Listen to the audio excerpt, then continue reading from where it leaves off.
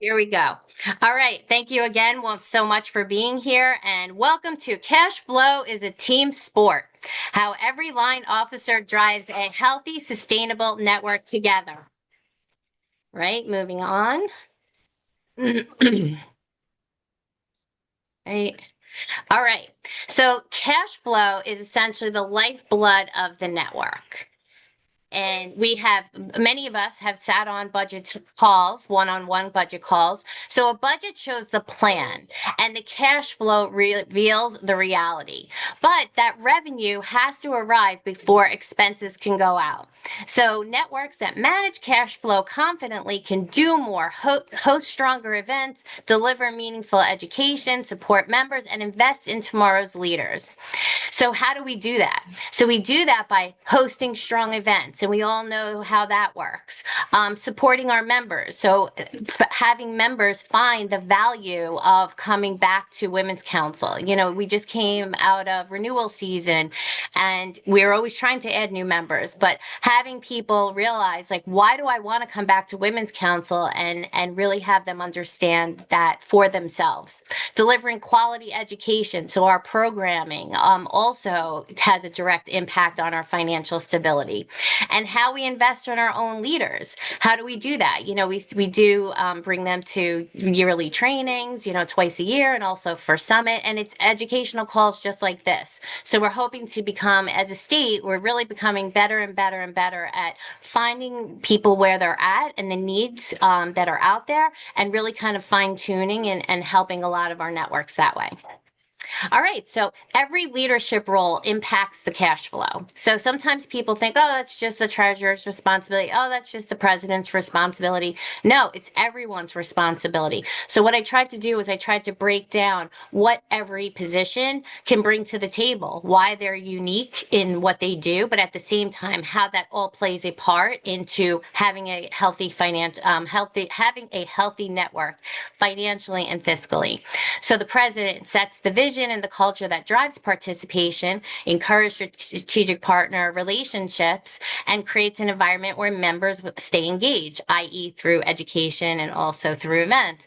The president-elect observes financial health for upcoming years, shadowing the president. And this is a big thing. We hear a lot on the state level about how we're not, president-elects are coming into presidency and they're like, I was in the dark. I had no idea. I didn't feel like I came into this position and really understood everything. We don't want that. So we want to make sure that we can meet every local line officer where they're at and be able to have them feel confident in their role and their skills.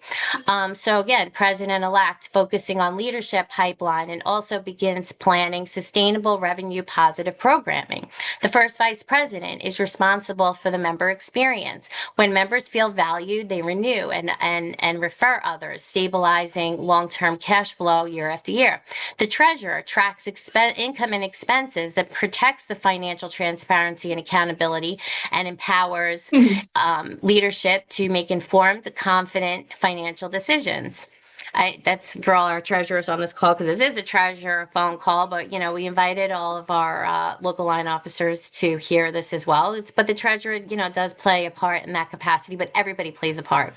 Our events director, events are often the largest revenue generator. Pricing, attendance, and partner visibility directly determine whether events strengthen or strain the budget.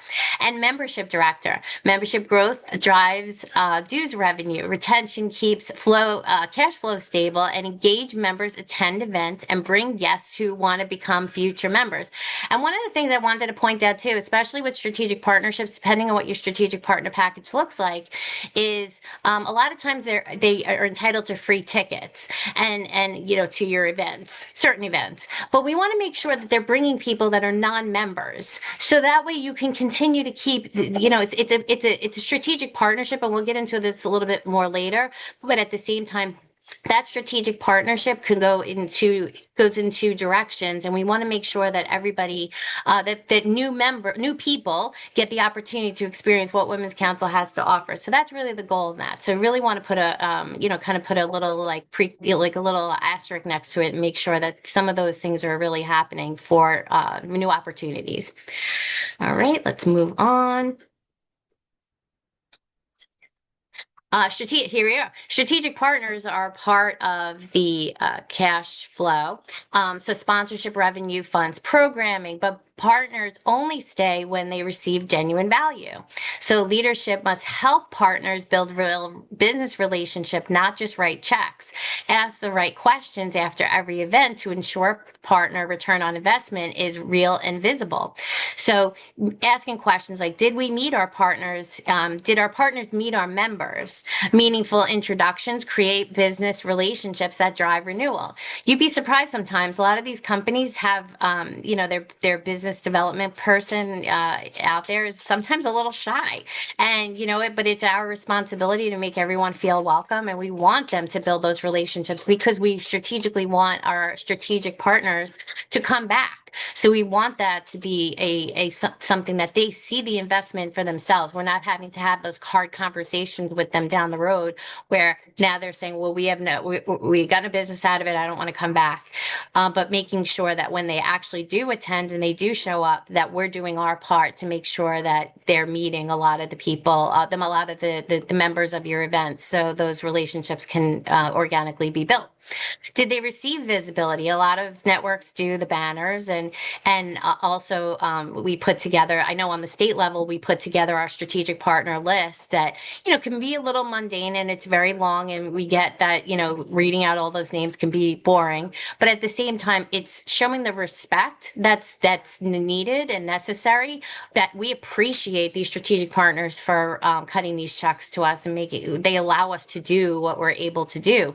So a lot of times, some of the networks, we have found out that strategic partners have not been read out aloud in these different events. And they kind of feel like, wait a minute, it says in my package that I'm getting all these, I'm supposed to have all these benefits, but I'm not getting the benefits that were promised to me. So I'm not coming back.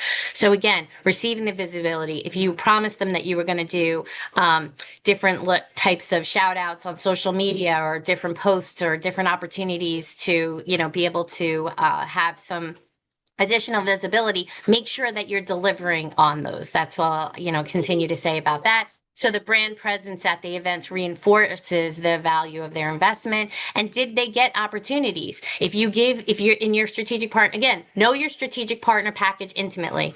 Know what you're promising these people. But because I will say that, like, if you promise them a minute at the mic at 4 times a year, you want to make sure that they're getting everything that they were promised. So definitely want to see that be something that builds into the success of the network and why people want to keep coming back.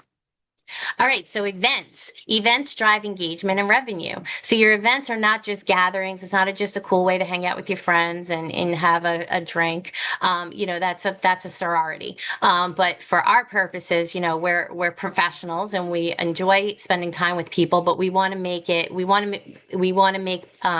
time that we've spent with people worthwhile and worth their time. So the quality of every event directly shapes member loyalty, guest conversation, conversion, guest conversion, not conversation, conversation and conversion, and partner satisfaction. So healthy events create compelling member value, strong guest attendance and conversion, strategic partner exposure and ROI, and financial stability for the network. But weak events create low attendance and energy, lost registration and revenue, reduced strategic partner confidence, and a declining membership renewal rates. So that's pretty straightforward. Engagement drives retention. So retention is a single most powerful stabilizer of a network cash flow. People will say, oh, what are the 2 most important things? People will say, okay, members, we need members. But also the other side of it is that you need retention. You need people to retain and want to come back, but see the value for themselves, not because you're having to hit them up and say, please come back, and beat them over the head. And they're just getting all these harassing calls from, your membership director saying, hey, can you come back? Can you come back? And people, just don't.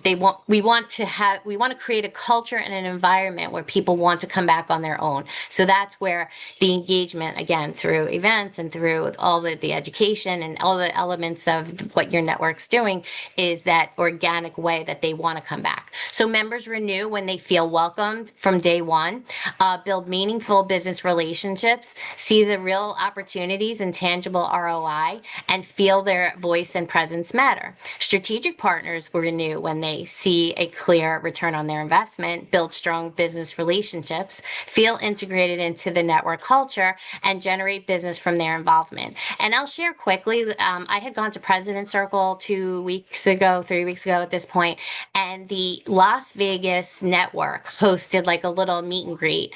And a bunch of us decided to walk across the street from the hotel, and we went over there, including our national line. And I will tell you that every single one of their board members met everyone at the door and greeted them. And these people did not even know that who any of us were. They didn't even know they were sitting with national leaders. So it wasn't that they were putting on a show. It was such a welcoming environment. And I thought, wow, I didn't even remember doing all of that, even when I was, a local network president and meeting every single person at the door. So create and cultivate that environment. Put together your team and say, okay, listen, this one's at the check-in desk, and as people come in, but have people greeting people at the door. It was such a welcoming feeling, and I will say that that is a takeaway that I will have. What happens in Vegas stays in Vegas, except for this. I'm sharing with you that this is like a keen takeaway, and it has resonated with me, and I feel like I am so excited to be able to share that. And that was definitely something. I even went to their president afterwards. I'm like, that was incredible. That was awesome. So just want to give a kudos to them for creating that environment. All right, let's move on. All right, leadership development. So leadership development, how do we do that? We're a leadership development organization. We develop leaders. We say leaders meet here. So that creates long-term stability for our networks. We do this by, again, as I said earlier, showing up in January and August to Florida Realtors and coming to our sessions. It also, going to Summit, getting on these calls. I don't know about all the line officers if they're having calls like the treasurers do, but it is something that I've been talking about to a lot of our team, and I think that many of these calls are going to start because there is a need, and we do see the need. We'll keep and showing up once a month for our monthly calls, because that's where you get a lot of the details and the facts. And obviously, we understand that everybody's schedule can't allow for it, but really reading the recap email, because you'd be surprised how much information is in those recap emails, and our phones are constantly being blown up in a way, and they're like, what about this? What about this? Did you read the recap email? Because it was all in there. So we'll obviously love to talk to you, but at the same time, I think that a lot of the information is in there, in those details. So leaders who serve across multiple roles develop a complete picture of how a network runs. That experience creates confident presidents, strong succession plans. And succession plans is one of those things that are so huge. We talk about in like a lot of local networks that it's very rare that people have worked their way up from so for say membership director all the way to president. It's very, very rare. But how awesome would it be for everyone to be able to say that they've served in these different capacities? Okay, well, I also say I didn't serve in all those capacities, but at the same time, I also think because if you have that collaborative spirit and understanding what these different roles are doing, and where there's communication within your board, you can kind of already have a bird's eye view of what's going on in those different capacities without actually serving in them. So that's why I feel like it really, when these things work together, you can understand more about the struggles, and then as a team, you could be working on getting to the goal. So financial understanding, leaders know how revenue flows, where expenses arise, and how decisions impact the bottom line. Operational knowledge. So wait, I'm just going to go back to financial understanding before I move on. So a lot of these budget calls have revealed that many leaders have not been reading any of the financials that have been distributed to them by the treasurer. So I will say that treasurers, if you're not sending out your monthly financials to your entire line, also copying your DVP, which helps because we need to swoop that information up to the state. They will swoop the information up to the state drive. But what I'm trying to say is, there were a lot of networks that were guilty of not actually reading any of their financial documents. So we want to make sure that you're reading those things. And if there's any confusion for any line officer, please let us know so we can help you understand the financial picture of what's going on in your network. Because again, not all of us have a financial background or, CPA background, and some of these documents look very, very intimidating and it is confusing. So we want to be able to help you understand what you're looking at. So if there is confusion with it, please let us know so we can continue to, to be able to help you understand it better. So that's what I'll say on that.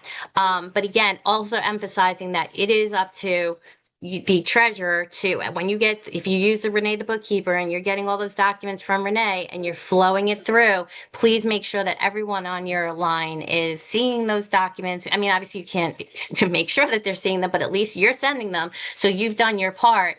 And then we'll continue to keep helping these local line officers who have not either read them or don't understand them get to that finish line with understanding it better, because this is going to help everyone to be able to understand. And then at the end of the year where they're not saying, I didn't know the whole time, but you were seeing those documents. So those documents are something that, it was your, really kind of your responsibility to, as a line officer, to make sure that you're in the know of.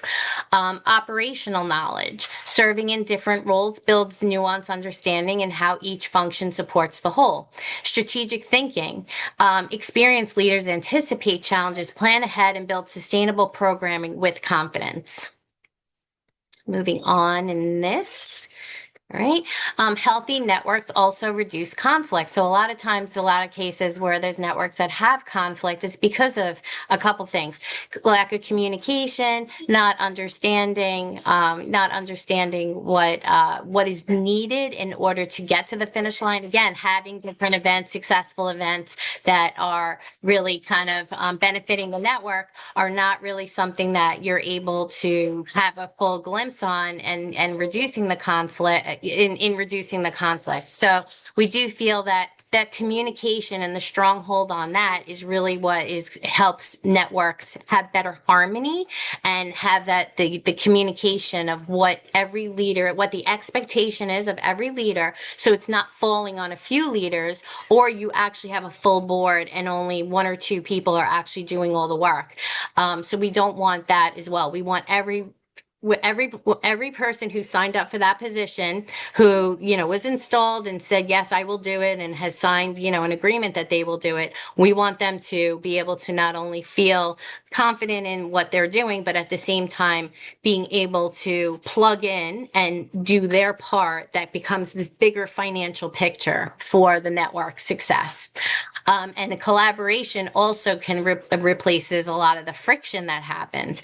So again, knowing what's your bylaws, knowing your standing rules, knowing your financial policy, and also knowing what your actual financial picture is, are all the ways that we can reduce conflict in networks. Because a lot of times where communication, it seems like a lot of these types of communication mishaps happen, a lot of the details were already answered in your governing documents of your network that simply spell out every way that your every answer, I think, and everything that kind of presents itself. So hopefully all that makes sense. And then conflict often comes from lack of clarity about roles and responsibilities, like I was sharing, not feeling valued or unrecognized. A lot of times people sometimes will say, I didn't feel valued. I didn't feel like they needed me. I wasn't really needed on my line. And then when you go and you talk to other people, they're like, this person hasn't shown up to any of the meetings. We asked them to come prepared, bring back this information, and they don't. So there's something, there's obviously something going on there that we need to gain more clarity on. But at the same time, a lot of it does, all these things do have do affect the network as a whole. They really do impact and affect everything. So again, clarity changes everything. So once we have a clear picture of what our roles and responsibilities are, what we're being held accountable to do, then if collaboration increases naturally, and the communication makes it more open and productive, and leaders actively support each other as successes.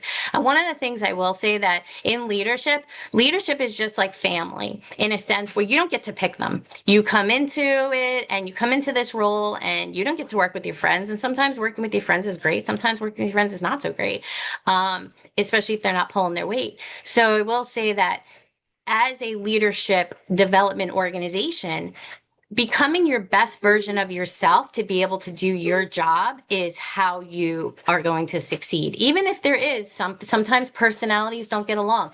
There are personality conflicts. We can't help that. But at the same time, I'm not everybody's cup of tea. You're not, other people are not other people's cup of tea. I get it. But at the same time, that professional side and that respectful side of being an adult and working in collaboratively with within this organization, and you are devoted to the mission and the goal of the organization, that's what really should be playing out here, and that's what really should kind of be resonating with everyone. So I will say that and again, leadership is not, leadership can be a, kind of a challenging road to navigate, but worth it in the end. Interactive reflection, your role in the system, in this ecosystem. So thoughts for every officer. Ask yourself, how does your specific role contribute to the financial health of the network? Okay, here's your plug and play, whether it's through membership growth. I would say that, attracting members and retaining members is everyone's responsibility. It's not just the membership director's responsibility. It's everyone's responsibility, because if you're doing awesome things and you are showing up and kind of you're showing up in a way that people are drawn and want to be around this group because of all the awesomeness that's happening, that's how membership happens. So I feel like every officer is responsible for the membership growth and people wanting to come back, the retention. Again, event attendance, finding ways to make sure that people feel valued, they're first time members, maybe making them, raise their hand or stand up if they're first time members, giving them some love and extra attention to make them want to come back and feel like, wow, they valued me so much. That was such an awesome experience. I definitely want to go back for more. Same thing with your strategic partners. Again, not only giving them everything that was promised to them, but then also finding creative ways to communicate with them and say, hey, what's in your wheelhouse? What would you like to do? Would you like to teach a class? Would you like to do something else that's maybe not part of your strategic package, but we really want to give you the visibility because we're so appreciative that you decided to invest in our network. And guest engagement, again, like I was saying before, finding ways to convert these guests into to eventual members. Wooing them, and not wooing them in a way where you're giving them free stuff, but wooing them in a way where you're giving them the value of their time spent with you, that they want to come back. So it takes the entire team. Again, going to keep driving this home. A healthy network is built where every leader understands that finances, events, and membership are shared responsibilities, not siloed roles. That is the most, if we don't take anything away from the entire day, this sentence is everything. They're shared responsibilities, and they're not just siloed roles. We all need to be working in our role, but collaboratively as a team to make sure that the results speak for themselves. Again, engagement, making sure that future leaders grow from your network. Are we investing not only in our current leadership now, but do they have aspirations to leave the network and work up the state line or work up to even national? So, do we have all that clarity? Are we investing in our leaders? Are they wanting to come back, or are they flaking in the middle of the year because we're cultivating an environment where we're now line officers are not coming back, or they're not wanting to stay and go the distance, even though this is what they signed up to do. Wanting partners to keep coming back and investing. The network continues to keep getting stronger year after year because the entire team is rowing in the same direction. And when leaders understand the bigger picture, collaboration increases, communication improves, and the network becomes stronger every year. Well, that was my little shtick, and really do hope that you had a lot of takeaways from today. I do appreciate everyone's time, and as we move forward, I do want everyone to know that our greatest strength lies in our collective resolve. When we lead together, we do not just manage a network; we build legacy. Love, love, love, love, love. So looking forward to our continued collaboration. I'm going to stop sharing. If there's anyone who, oh, Karen, you've had your hands up. I hope that I apologize. I'd love to be able to answer any questions. You're on mute. No, no questions. Okay. Is there anyone else besides Karen who has any questions? Lydia.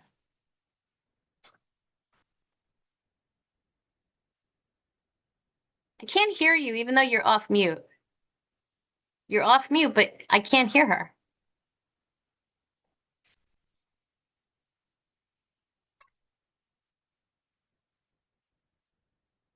What?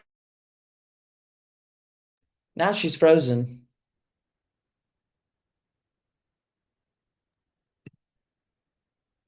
Huh. Yeah, I can't hear. If I could read lips, I'd tell you what she's saying. Maybe perhaps you could put it in the chat.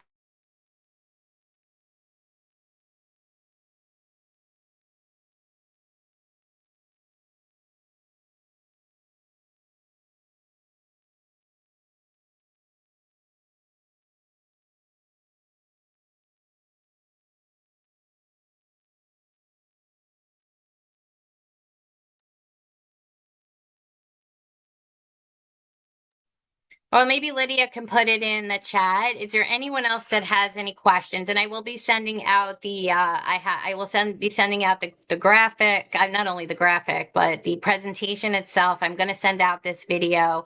We were hoping to also put it on the stage drive and create a lot of or the YouTube and, create some momentum with this for people that did miss. Cause I know that there were people that wanted to be on it today that couldn't because they had other commitments. So that's totally fine, but wanting to make sure we just get the message out there. Still no Lydia.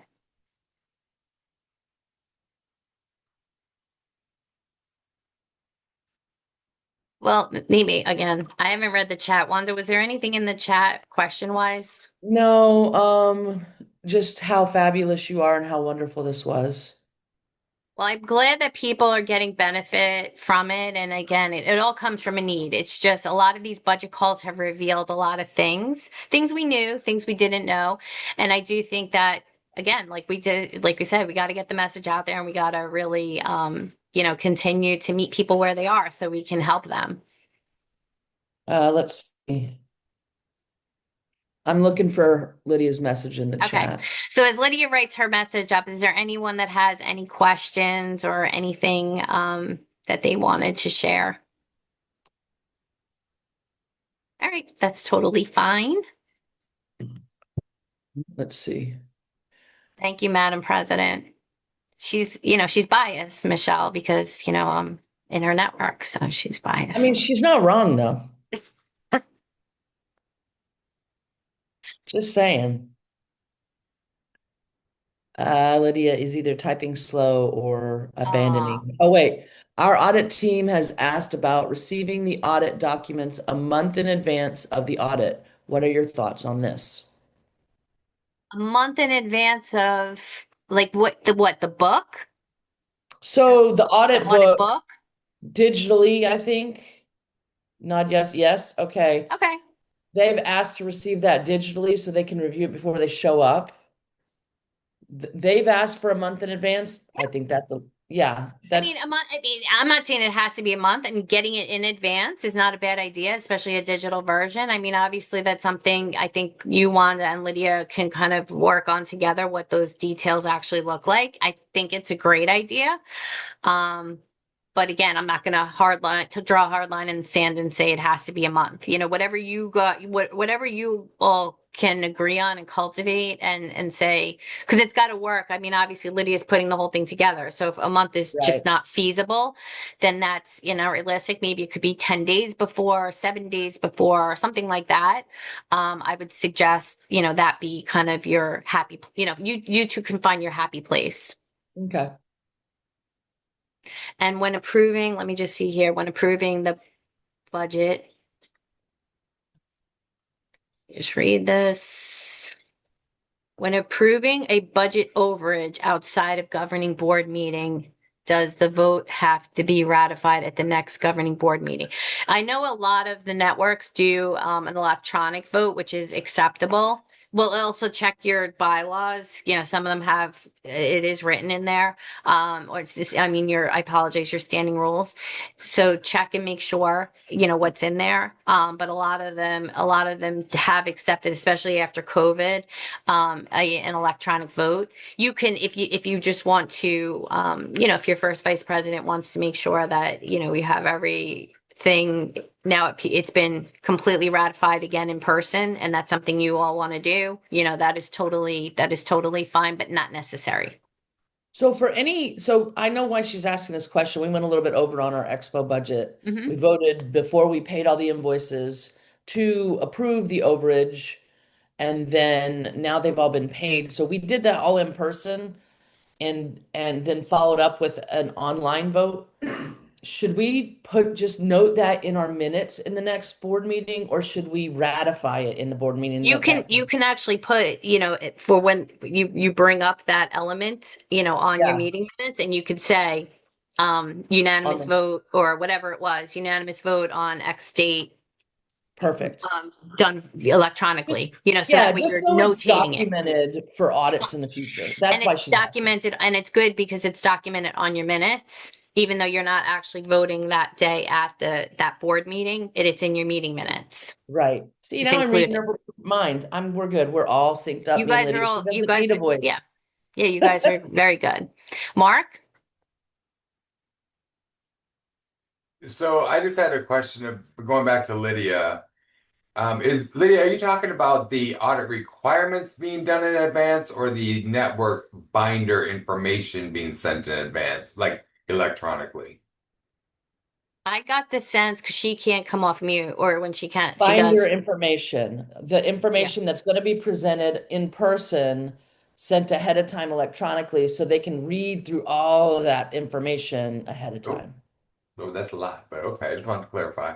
Yeah, and some do it, some do it two ways. They do have the electronic and they do have the audit book. It just depends on the network. But I think that if that's something that the network is asking for, you know, again, as the president and the treasurer, you know, have that conversation and decide if that's, you know, how you want to move forward, or or getting those documents to them in whatever specific amount of time you guys put together. And if it doesn't work out, that's another element you could say too. Like, listen, logistically, we couldn't make this work. We were sorry. It's just the way that, you know, the statement ending date is, and just with time, we're not able to produce this to you earlier than the audit team date. I mean, the actual date of the audit.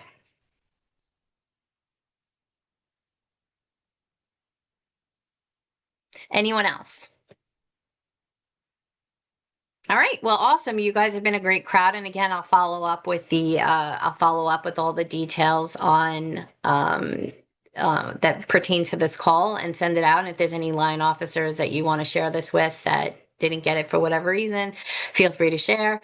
And, again, if there's any questions out there, anything that we can help you with, please let us know. When we want to share this, where will we find the recording? I'm going to send it to you. I'm going to do a follow-up email. So I'm going to Awesome. attach the presentation, and I'll attach the Zoom link. Awesome. But I'm going to also see, I think Denise and I talked, President Denise and I talked about having it live also on their YouTube page, which we have to figure out how we're doing that. That's what you have other people for. Yeah, exactly. Just not me. Yeah. All right. Love you all. Thank you so much. Please let me know if there's anything.